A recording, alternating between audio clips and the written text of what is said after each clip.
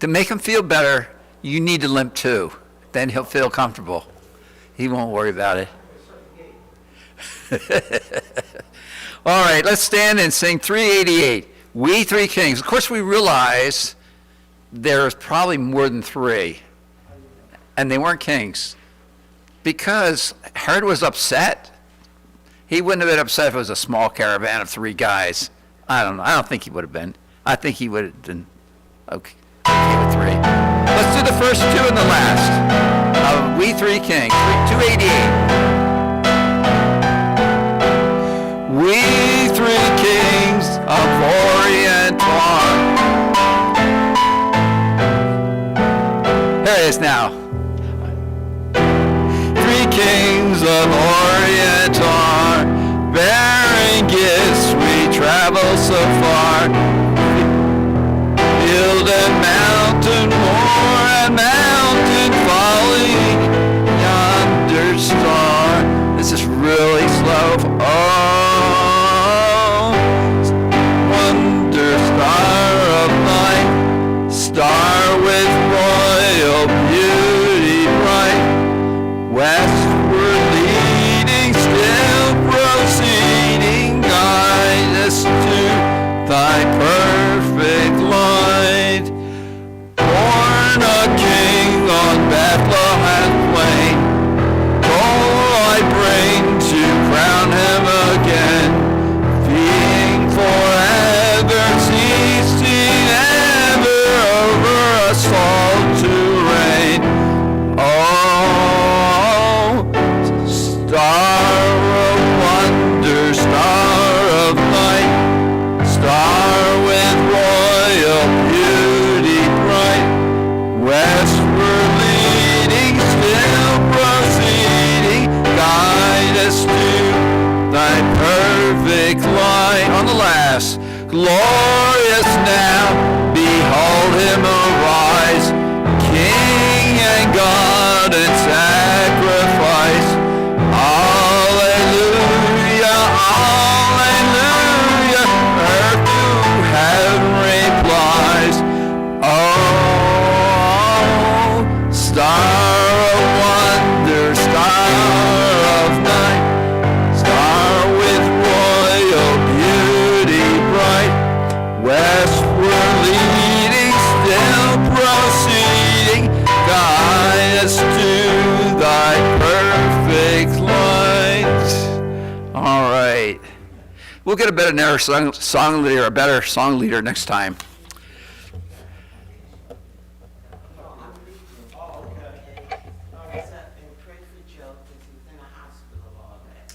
Okay, sorry to hear that. Well, he's here now, so he's all right.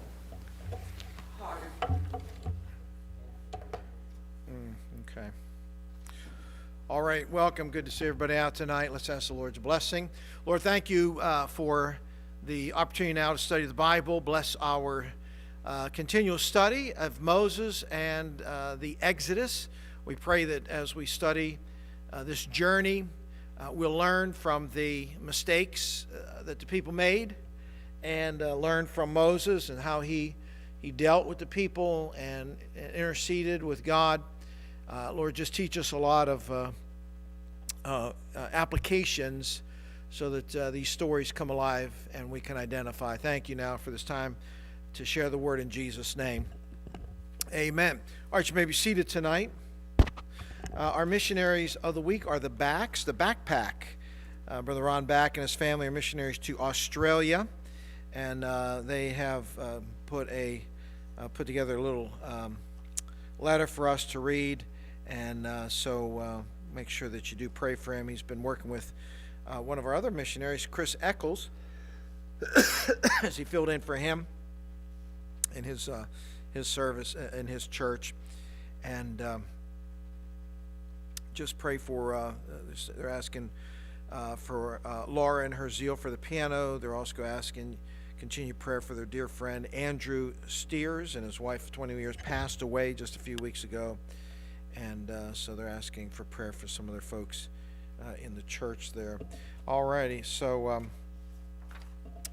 that's one of our many good missionaries that we have.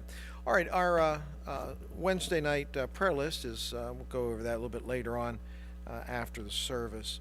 All right, just a reminder, hey, this Sunday is the choir. The choir is going to come and sing a beautiful Christmas cantata for us. We'll hear a message again on Christmas. What else are you going to preach about in December, right?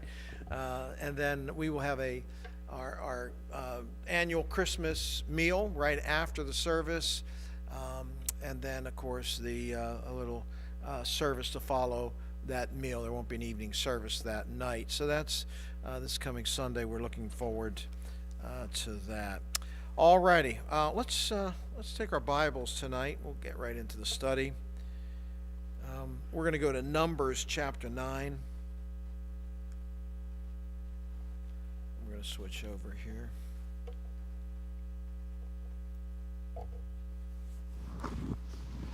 All right, Numbers chapter 9 tonight. We are out of the book of Exodus. We finished up last week. We saw how the tabernacle was set up. We went over all the the dimensions and what it looked like. We gave you a little paper to kind of help you visualize what the tabernacle looked like. We also talked about the priests and the garments and how they would be attired. We looked at some of the sacrifices. So it was just kind of a general lesson on their day-to-day worship of the Lord with the tabernacle. So we go from Exodus.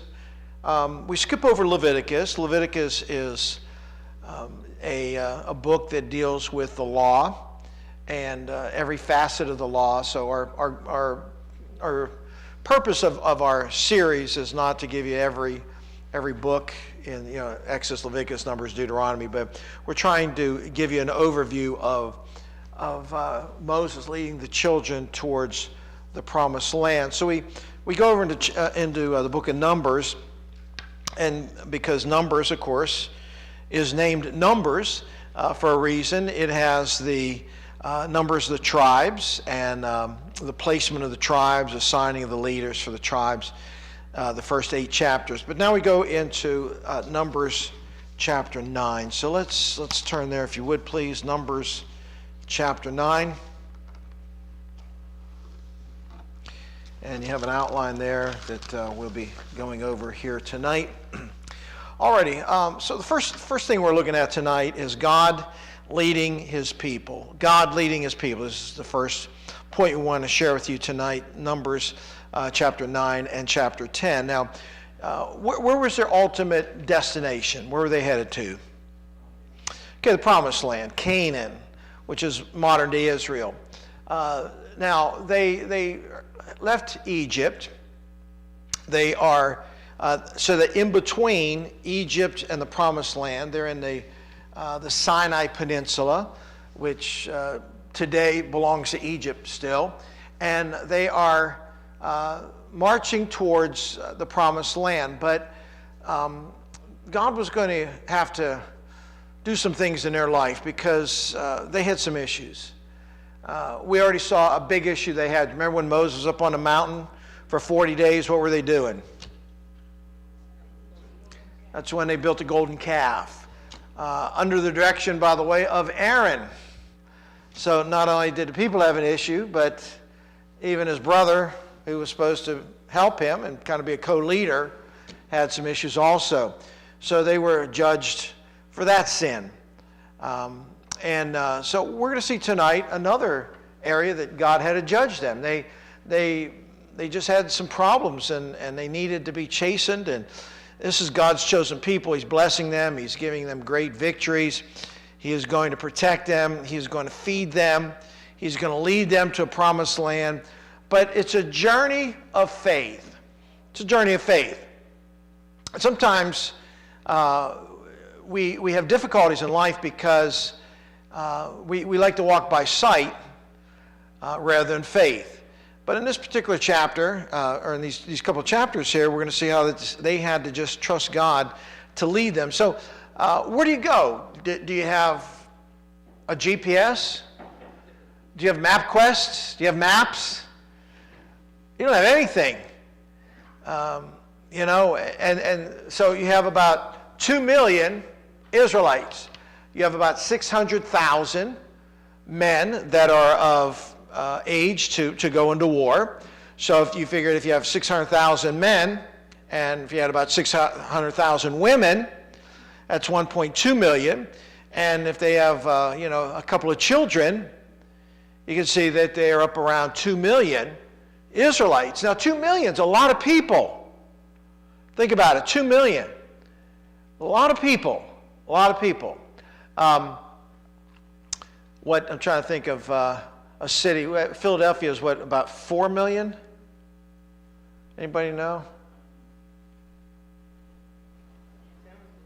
Sound good? All right. So imagine, let's say that half the population of Philadelphia. That's a lot of people, and they're traveling together. They're not living in any permanent dwelling places. They're setting up tents. They're taking down tents. They're gathering manna every day. They have to find water every day. They have to get along. They have to, when the tabernacle's up, they have to worship and bring sacrifices. So it's a hard trip. This is not an easy adventure. It's a difficult trip. They're in a desert. This is not a nice place to live. You can't even live there. It's just all rocks and sand, and there's no water coming through there. So there's a lot of challenges to get to the promised land. So the people are still headed towards the promised land, and there's a direct route. They could have, if this right here, see this right here? This is the Mediterranean Sea, okay? Mediterranean Sea. And from the way you're looking at it, so the promised land would be up here, all right? Egypt is down here. And the quickest, easiest route would be the trade route, which was a direct, like right below the Mediterranean Sea. It would have been very easy to take that direction. But God knew that if the people went that way, they would face people groups that would be hostile towards them. They might get discouraged. They might want to quit like they did before. So he's taking them kind of in a southerly route. So it's the long route. It's not the quick, fast, easy way. It's a long, looping journey. And actually, when they come into so you have the Mediterranean Sea, you have the land of Israel, and then you have the Jordan River here. They're actually going to come from the other side of the Jordan River. They're not even coming straight up. So, how do you know where to go? Well, God's going to lead the people. How did he lead the people? Well, let's find out. Chapter number 9, starting in verse number 1. Numbers 9:1 says, "And the Lord spake unto Moses in the wilderness of Sinai in the first month of the second year." Now, once again, they're in the first month of the second year, so they're into this now a year. And after they were come out of the land of Egypt, saying, "Let the children of Israel also keep the Passover at his appointed season. And the 14th day of this month," so it's the first month of the year, 14th day. This is the first month of the second year. So on the 14th day of that month, at evening you shall keep it as an appointed season, according to all the rites of it, and according to all the ceremonies thereof shall ye keep it. So they're basically on the year anniversary now of the Passover. And so this is going to start a yearly tradition. Every year you're going to remember this great miracle of being delivered from Egypt. And so you're going to have a Passover dinner. Thousands of years later, faithful Jewish people still get together and celebrate Passover. They have a Seder dinner, which has a significance concerning how they had to escape Egypt. Each thing that they eat and all the stuff that's on the table, we're not going to get into it tonight, is a symbol of the heartache, a symbol of the challenge of what it took to leave Egypt. So the first thing they're going to do now is he is instituting the Passover. But then there's a problem. Verse number 4. And Moses spake unto the children of Israel that they should keep the Passover, and they kept the Passover on the 14th day of the first month at the evening in the wilderness of Sinai, according to all that the Lord commanded Moses, so did the children of Israel. Verse 6. And there were certain men who were defiled by the dead body of a man, that they could not keep the Passover on that day, and they came before Moses and before Aaron on that day. Now, in order to participate in the Passover, you had to be clean. You had to be clean. So you had to make sure your animal was clean. You watched him for 4 days. On the 10th day, you selected what animal you're going to take. You watch him for 4 days, make sure he had no disease, no sickness, no illness that would not make him a suitable sacrifice. That's how the original Passover was. But now the people have to sacrifice, and they have, in order to keep the Passover, you have to be ceremonial clean. Now, if you touch a dead body, you're not clean. And you have to go through a purification. So it's not like you can just wash your hands. So maybe a guy died on the street, or died somewhere on a journey, guys had to pick him up. Maybe he was sick and then he died. We don't know what happened, but we do know that a couple men were defiled because they touched the body of a dead man. And now you can't participate in Passover. So they go to Moses, and the law is you have to keep the Passover, because if you don't keep the Passover, they're going to kill you. Pretty severe, right? But on the other hand, you can't eat it defiled, because then God will kill you for that, or at least punish you. So what do? So they come to Moses, and so the first thing I want you to look at under God leading his people is that God had to give Moses wisdom. He gives wisdom in problems. There were going to be problems like this all the time. You have 2 million Jews. You know what 2 million Jews mean? You got about 4 million problems. And so you're always going to have, the more people you have, the more problems you have. The Bible says in Proverbs, where there are no oxen, the crib is clean. You want a clean crib, don't have any oxen. But then you don't have a workforce, because oxen provide strength to plow and everything. But they're going to leave a mess. They're going to be dirty. And so with people, you're going to have problems. So they come to Moses. What should we do? And so verse 8, and Moses said unto them, stand still, and I will hear what the Lord will command concerning you. And the Lord spake unto Moses, saying, speak to the children of Israel, saying, if a man of you or of your posterity shall be unclean by reason of a dead body, or being a journey afar off. There's another issue. What if you're too far away and you can't make it back to the tabernacle? You can't make it back to the camp, because this would be a yearly thing. And so there would have to be some concessions for people that cannot participate in the Passover. And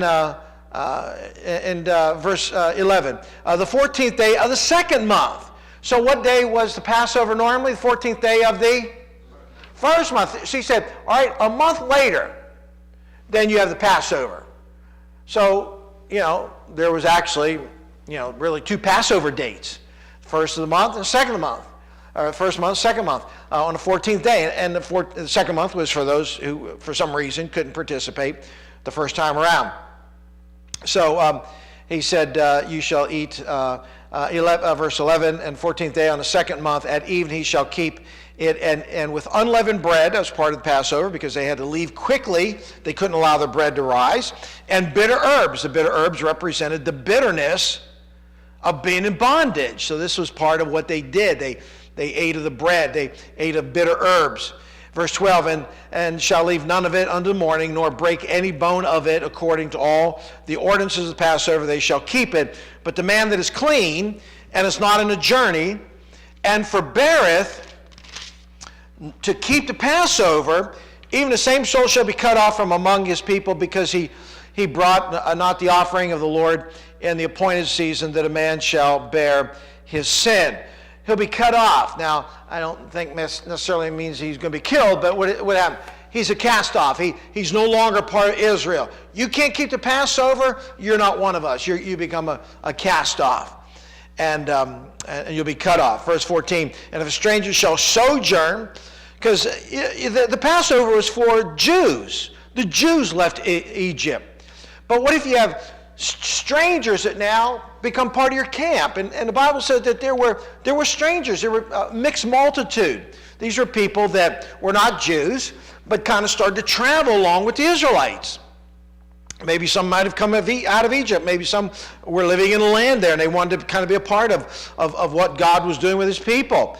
Verse 14, if a stranger shall sojourn among you, and will keep the Passover unto the Lord according to the ordinance of the Passover, and according to the manner thereof, so shall he do. He shall have one ordinance, both for the stranger and for him that was born in the land. He says, so if you have strangers, then they keep it also. Now, so the first point we give you then under God's leading his people is he gives wisdom in problems. Second point I want us to look at, he gives direction for our daily walk. Now, understand, we don't have the same type of scenario that the Israelites had. We don't have Moses. We don't have a tabernacle. We're not in the wilderness. We don't have to keep the Passover. We're not under all these strict laws that the Israelites were. We're under grace. We're Gentiles. We can't always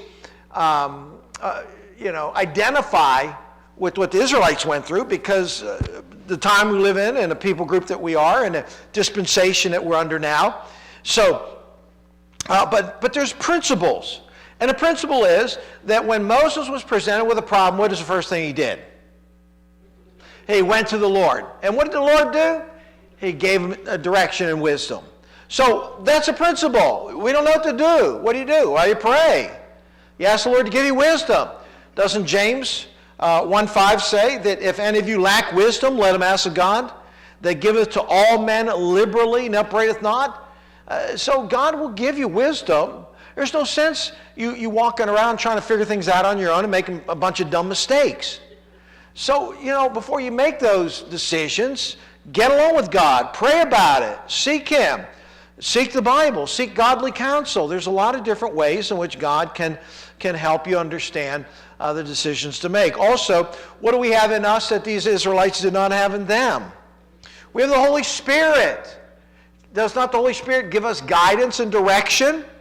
Absolutely. Now, they didn't have a Spirit of God, but instead, what they had is they had a cloud. They had a cloud, the glory of God. Now, let's look at that, verse number 15. And on the day the tabernacle was reared up, the cloud covered the tabernacle, namely the tent of the testimony. And even there was upon the tabernacle, as it were, the appearance of fire unto the morning. So there were two substances that God used to represent his presence. During the day it was a cloud. So you'd come down, you look at the tabernacle, if there was a cloud over top of the tabernacle, that was a representation of the presence of God. God was there in the midst of the people. At nighttime, you can't see the cloud, so what did he use? Fire. You can't miss fire. So either way, God was showing, I'm here, I'm in your midst, I'm going with you on this journey. And so these were the two things that God used, a pillar of a cloud by day and fire by night. So verse 16, and so it was always. The cloud covered it by day and the appearance of fire by night. So every day they looked up and there's a cloud. Every night they looked up and there's the fire. And they were reminded every day and every night that God is with us. God is with us. Well, we know in the New Testament there is no cloud, physical cloud, there's no fire. But yet we have the promises of God. Did not Jesus say, I will never leave you, nor forsake you? Lo, I am with you always, even to the end of the world? Is there not promises that the presence of God is with us? Know you not that the Holy Spirit is in you, that you have of God? You're not your own. You've been bought with a price. So we have the very presence of God likewise. It's just a different form. We have the promises of God. We have the Spirit of God. All right? But anyhow, he gives directions. Now, let's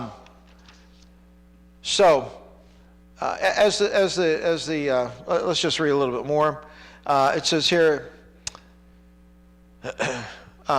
verse 18, at the commandment of the Lord, the children of Israel journeyed, and at the commandment of the Lord they pitched, and as long as the cloud abode upon the tabernacle, they rested in their tents. And when the cloud tarried long upon the tabernacle many days, and the children of Israel kept the charge of the Lord and journeyed not. And so it was when the cloud was a few days upon the tabernacle, according to the commandment of the Lord, they abode in their tents, according to the commandment of the Lord, they journeyed. And so it was when the cloud abode from even until morning, that the cloud was taken up in the morning, then they journeyed, whether it was by day or by night, that the cloud was taken up, they journeyed. So do you get the idea? Cloud's there, we stay. Cloud moves, we move. Pillar fire's there, we stay. Fire moves, we pack up and move. So how did God direct them? They followed the cloud. Kind of interesting, we're at the Christmas season. How did the wise men find the baby Jesus from Jerusalem down to Bethlehem?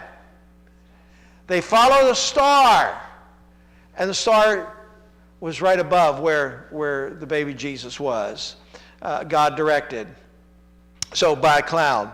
So there was no guessing. There was no, well, should we stay a couple more days? Or what direction should we go? You looked up at the tabernacle. If the cloud's there, we're not moving today. If the cloud moves, pack up your tent. It's time to move. Now, by the way, not only did the people move, but the tabernacle had to move. That's why, remember, we said it was portable. So you have all these planks. They take down all the planks. And you have the four coverings over the holy place and Holy of Holies. You take that down. You take apart the holy place and the Holy of Holies. You take down the lampstand and the table of showbread and the altar of incense and the laver and the altar. The burnt offerings were made on the outside altar and the Ark of the Covenant. And every time you packed up, so the priests, the Levites, they packed up all the things that were in the tabernacle and all the tents and all the materials. They packed up and they moved it. They looked for the cloud. As soon as the cloud went whatever direction they went, the cloud would stay still. They'd unpack, assemble the tabernacle back together again, and the cloud would come back down again. That's how they lived. So it might have been a couple days they were in one spot, it might have been a couple months. It all depended on what God wanted and what direction he was going to lead them in. All right, C is how does God lead his people? He gives warnings when we need it. He gives warnings when we need it. Look at chapter number 10. In chapter number 10, he introduces now trumpets. 2 silver trumpets would be used. Verse 1 of chapter 10 says, the Lord spake unto Moses, saying, make thee 2 trumpets of silver, of a whole piece shalt thou make them. So the entire piece, the entire trumpet was all silver, that thou mayest use them for the calling of the assembly and for the journeying of the camps. Once again, how many people do you have? 2 million. It's time to go. You think a guy's going, hey, come on guys, let's go, pack it up. They had trumpets. And so they used these 2 trumpets to blast out the direction of what was going to happen. So, for example, notice the various trumpet calls here. Verse number 3. And when they shall blow with them, all the assembly shall assemble themselves to thee at the door of the tabernacle of the congregation. So when both trumpets are blown, everybody gets up and they stand at the door of the tabernacle. So it's time to gather around the tabernacle. A call to worship. Back in the day, a century ago, a lot of churches were built with steeples and bells. And what they do is time to worship. They'd ring the bells. You'd hear, they still do that in Europe. Those old churches, they're, 5, 6, 7, 800 years old. And beautiful stone buildings and beautiful paintings, and it's just spectacular monuments. Nobody much goes to church, but they're beautiful buildings. And usually the churches in those areas were built first, and then the community was built around it. And that's kind of how the tabernacle was. Tabernacle was in the middle, and all the people were around the tabernacle, camped out according to their tribes and their families. So when there was a call to worship, now 2 million Jews certainly can't all come upon the tabernacle at one time, but it was a call to stand up and look towards the tabernacle. So That was one thing that they would do. Verse 4, and if they blow but one trumpet, then the prince, which are heads of the thousands of Israel, shall gather themselves unto thee. So one trumpet means what? Just the leaders. Two trumpets, everybody. All right, verse 5, and when you blow an alarm, then the camps that lie on the east part shall go forward. And when you blow an alarm the second time, so there was a specific alarm that they would blow. You know, back in the day, in the Civil War days, you see the bugler, didn't he usually blow, a specific tune for charge? Charge. And it was time to retreat. There was a sound for that. And in warfare, even in our country, like I said, back in a Civil War days, and I don't know if I'm not much of a historical buff on World War I. I have to check with Brother John Bradford, who's not feeling well tonight, by the way. Pray for him. There were specific calls made by the bugler. Well, this is exactly what happened here. So they had different calls. The east part would go forward, and another call, the south side would start their journey. Verse 7, but when the congregation is to be gathered together, you shall blow, but you shall not sound an alarm. So when they just were to gather together, there was not an alarm. It was just everybody heard a trumpet. Okay, we're going to gather together, whether it's to head towards the tabernacle. And so verse 8, and the sons of Aaron, the priest, shall blow with the trumpets, and they shall be to you an ordinance forever throughout your generations. And if you go to war in your land against the enemy that oppresseth you, then you shall blow an alarm with the trumpets, and you shall be remembered before the Lord your God, and you shall be saved from your enemies. Now, had the battle of Jericho taken place yet? No, that's going to be the first battle that they're going to have. And what did they use? They used trumpets. Remember when they circled 6 times, one for every day for 6 days, the seventh day, then what did it do? They blew the trumpet. Well, where did they get that from? They got that from this passage. That was how they knew to go to war. And of course, when they blew the trumpet that time, well, the walls came tumbling down, signified God's power, and the victory was theirs. Now also, verse 10, they would blow the trumpet for feast days. Verse 10, and in the day of your gladness, and in your solemn days, and in the beginning of your months, you shall blow the trumpets over your burnt offerings, and over the sacrifices of your peace offerings, that they may be to you for a memorial before your God. I am the Lord your God. So even as they were sacrificing burnt offerings and peace offerings, they blew a trumpet. So this was a part of the worship, part of directing, part of God leading them as he gave them warning as they needed. All right? And then D, he leads in an orderly way. He leads in an orderly way.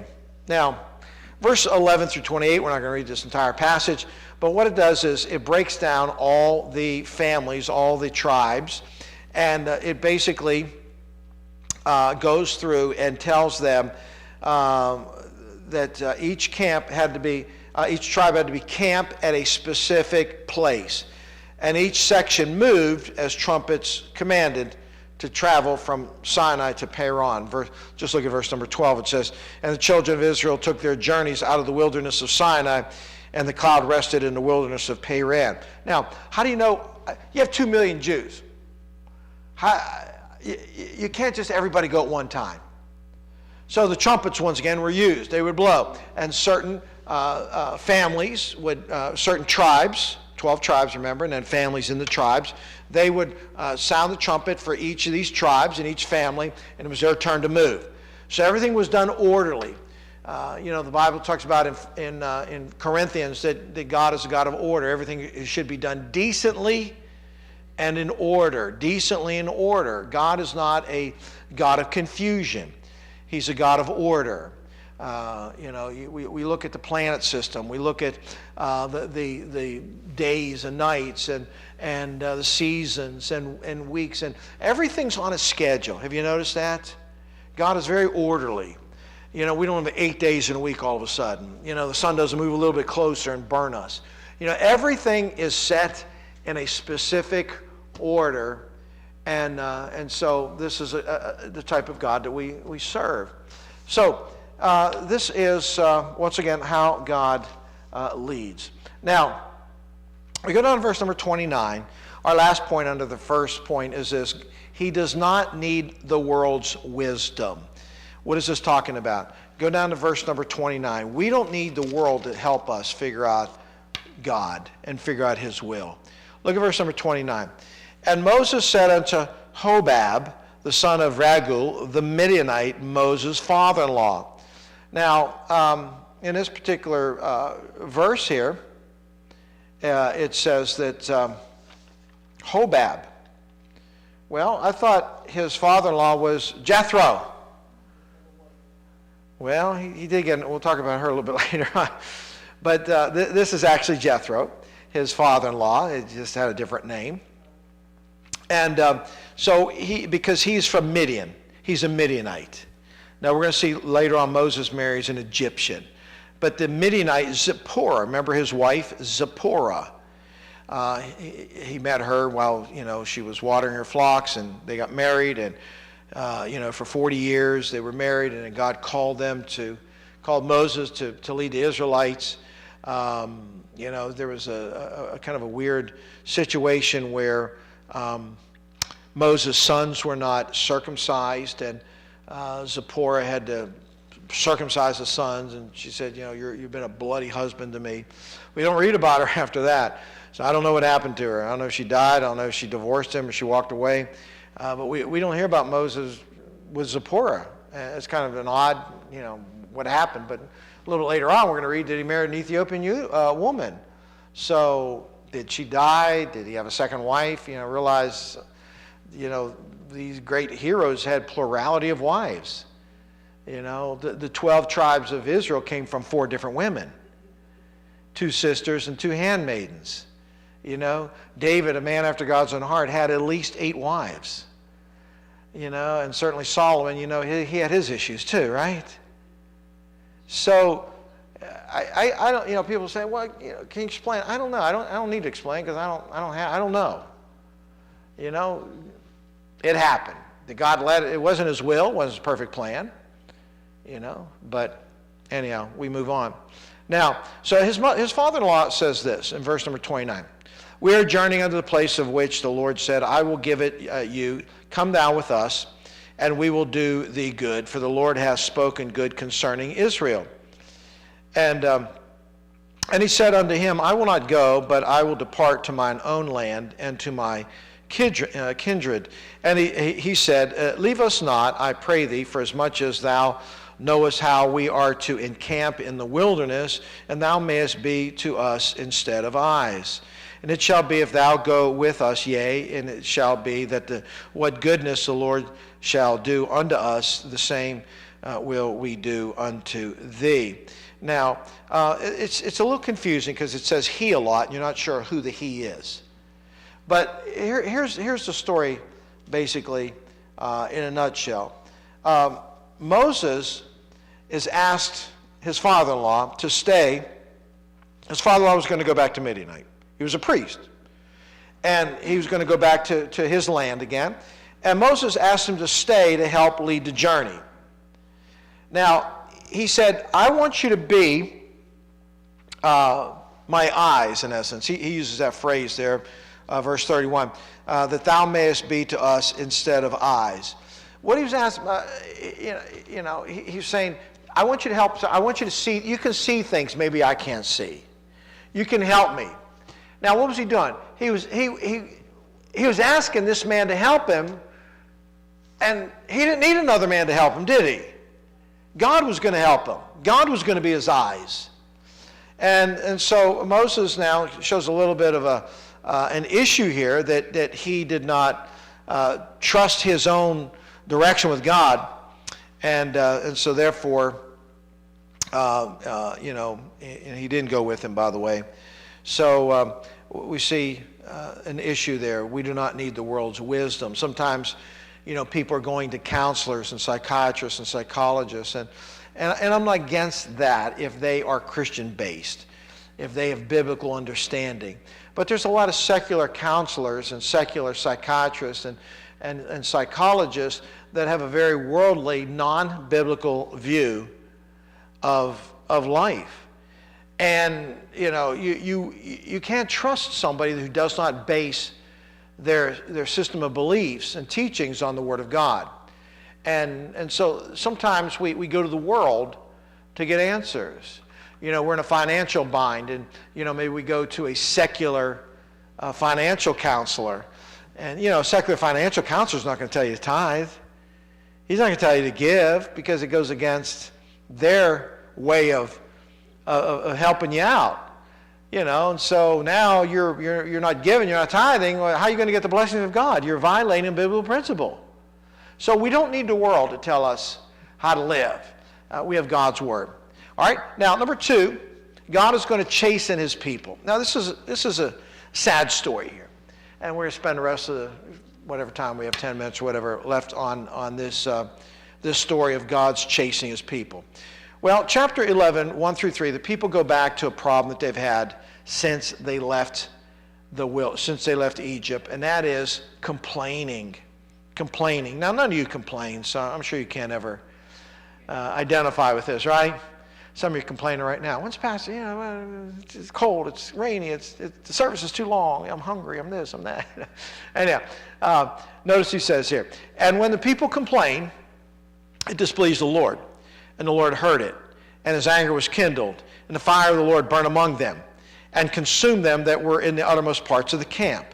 And the people cried unto Moses, and when Moses prayed unto the Lord, the fire was quenched. So they're complaining, and God's bringing fire down to the uttermost parts of the camp. Some of the outskirts where some of these strangers and mixed multitude people were, some of the people that were not tied into a tribe, they're starting to get the people riled up. Of course, people don't need much to get them riled up. They complained a lot before.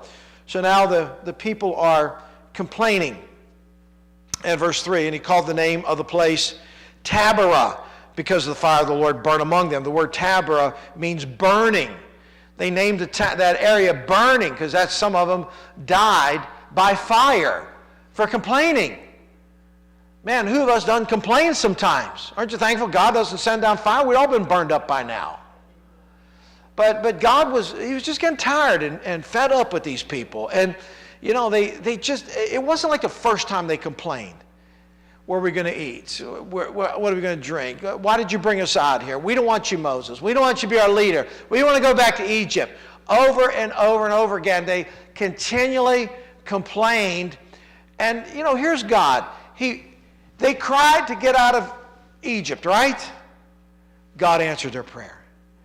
They thought they were going to get killed by the Egyptians. God opens up a Red Sea. They thought the Egyptians were going to chase them down in the Red Sea and kill them. The Red Sea comes back down and drowns all the Egyptians. They get in the wilderness. There's no food. There's no stores. There's nothing out there. God every day faithfully feeds them with manna. They never miss a meal. There's always water. He never forsook His people, and now they don't like it. They're complaining. It's not good enough. We don't like the manna. It's the same old story over and over again. So under number 2, God has to chasten His people. God chastens people. So number 1, the people complained. The people complained. Secondly, the people lusted. They lusted. They desired things that God did not give them. Now, the word lust is not just a thing if somebody looks at a woman or a man, they lust after them in a sexual fashion. Lusting means you desire something that God did not give you. So it could be a variety of things, a number of things. Well, now they're lusting after the life that they had. Now, they had a terrible life. They were slaves. They were working probably 16 hours a day, maybe more, collecting straw, making bricks, building buildings. They had a terrible life. Taskmasters whipping their back if they weren't working fast enough. Were getting very little wages. They were treated terrible. But you know what? Sometimes you forget the bad things and you look back and say, wait a minute, man, we sure do miss that food. Sure do miss the food. And notice what they said. Verse 4, and a mixed multitude that were among them fell a-lusting, and the children of Israel also wept again and said, who shall give us flesh to eat? They're crying. We remember the fish, which we did in Egypt freely, and the cucumbers. Oh, what I'd give for a cucumber. And the melons. And the, what else? And the leeks. And the onions. And the garlic. Well, you know, those are all very strong spices and flavors, are they not?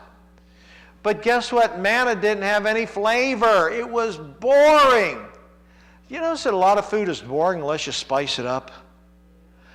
Eat chicken by itself. There's nothing to it. I mean, you got to put something on chicken. Eat a hot dog. They're terrible. You throw some mustard ketchup, some fried onions or chili or something, man, they're delicious.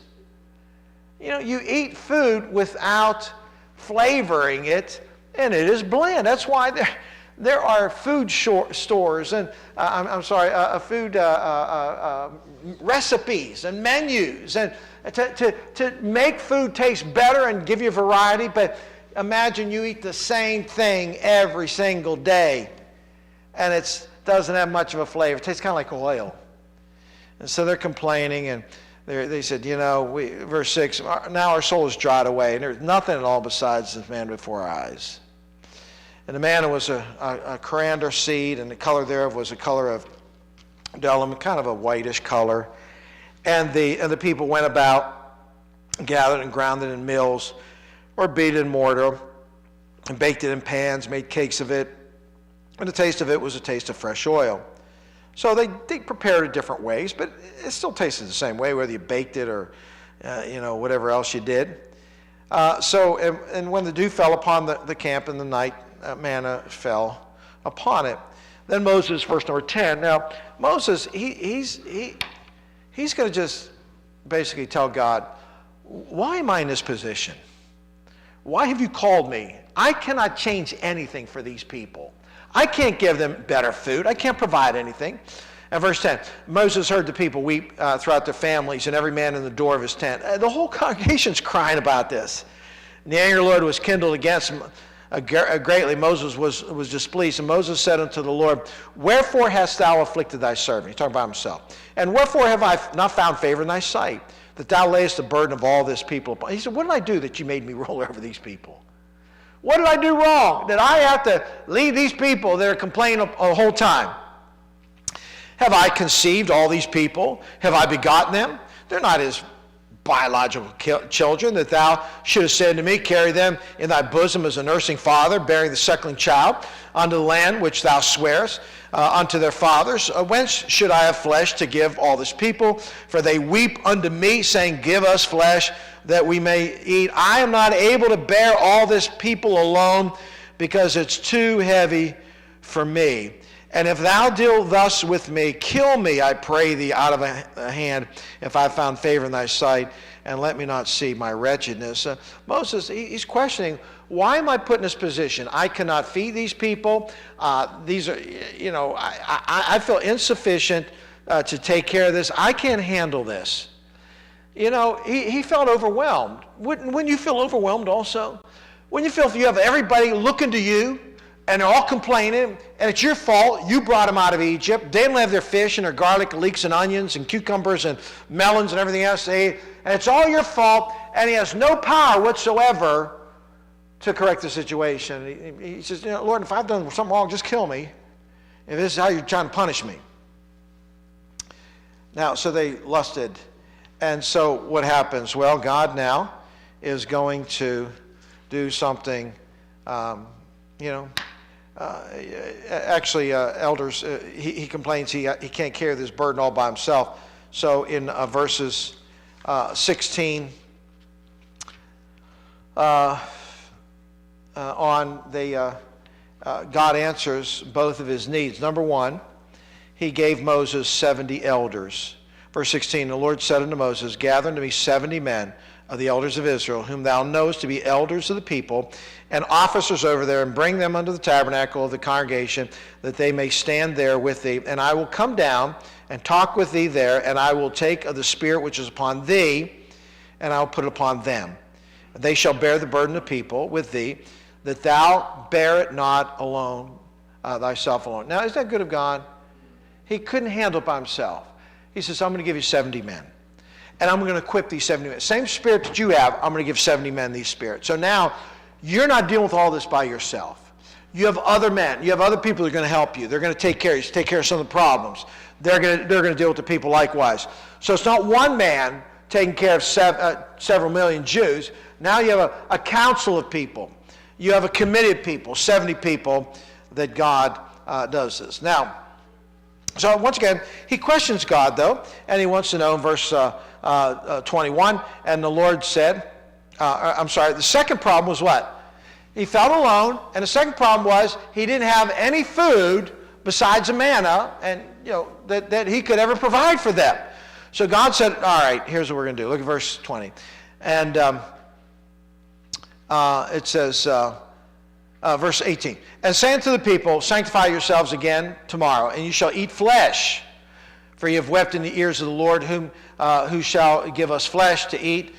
For it was well with us in Egypt. Therefore the Lord will give you flesh, and you shall eat. You shall not eat 1 day, nor 2 days, nor 5 days, neither 10 days, nor 20 days, but for a whole month. A whole month you get to eat flesh.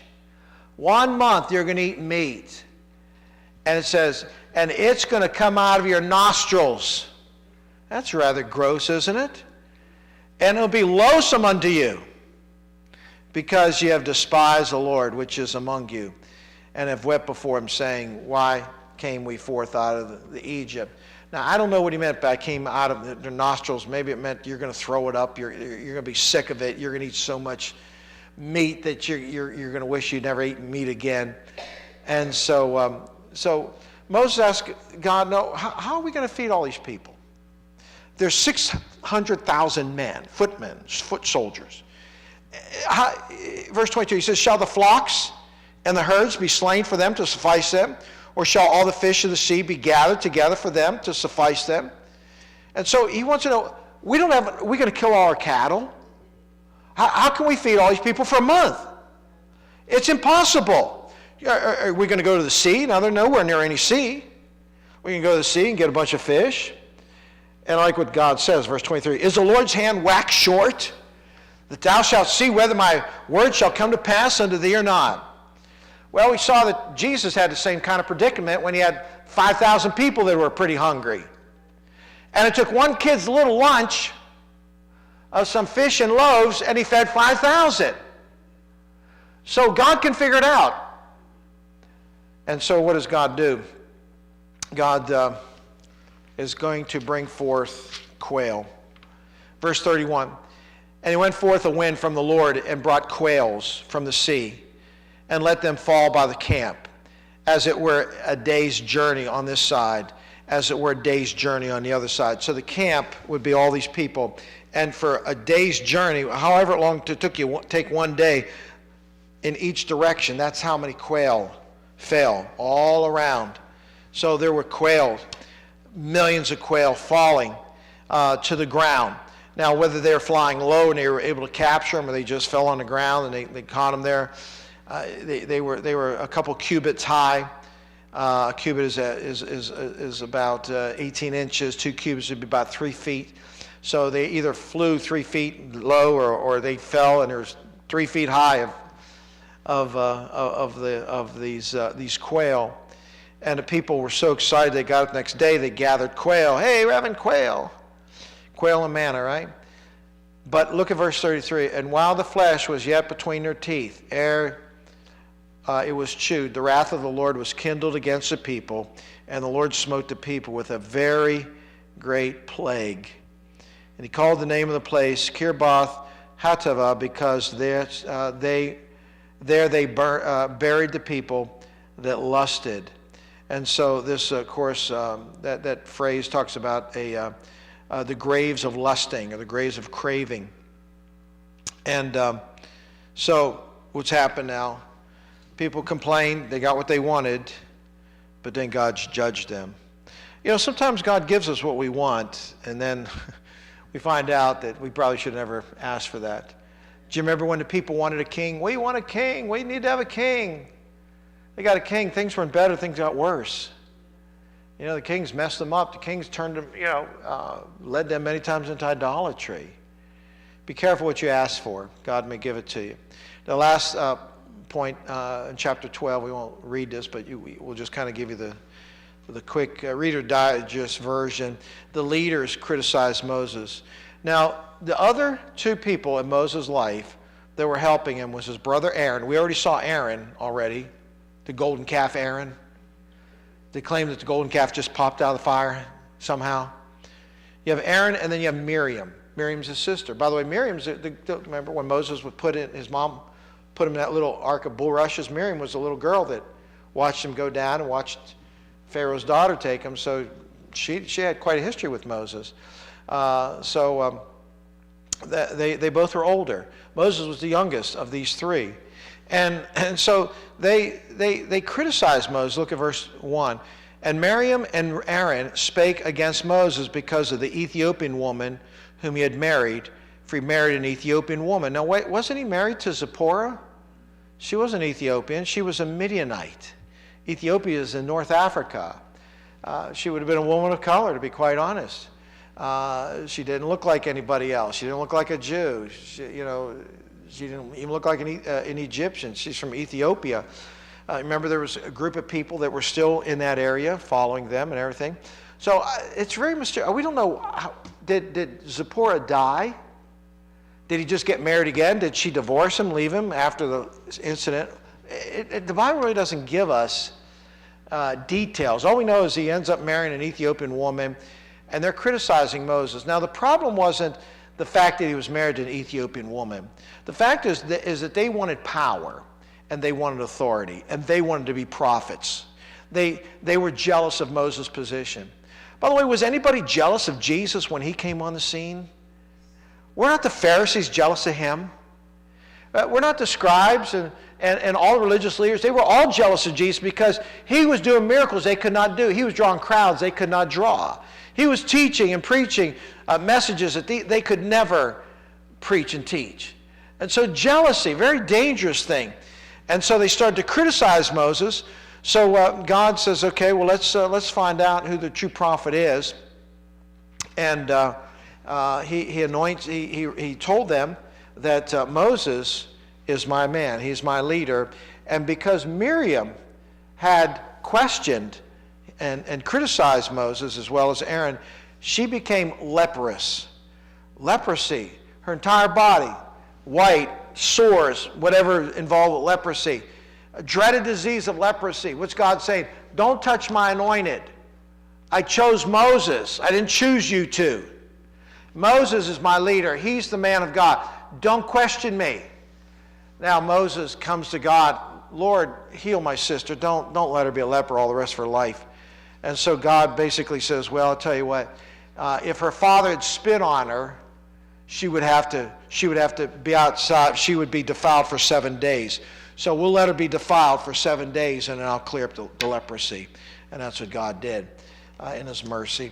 So this is our story. This is getting kind of exciting, isn't it? It's never easy. It goes from one event to the next, and they're not good events. People lusting, they're mad, they're weeping, they're crying. Moses, even his brother and sister criticized him and want to take a leadership position from him. So we have a lot of issues. And poor Moses. I've always said, if there's one person in the Bible, a spiritual man, that I would not want to be, it's Moses. His job was rough. A rough job. But someone had to do it, and God chose him. All right, let's go to prayer tonight. Those who are watching online, we'll say goodbye to you, and we'll go to prayer here. If you take out your prayer sheet, please. Give you some updates. Pray for Wayne Zimmerman. Wayne's at a rehab center. Of course, we prayed from last week. He had fallen and broken ribs. And so he's on the mend. I got an opportunity to visit him. Seems like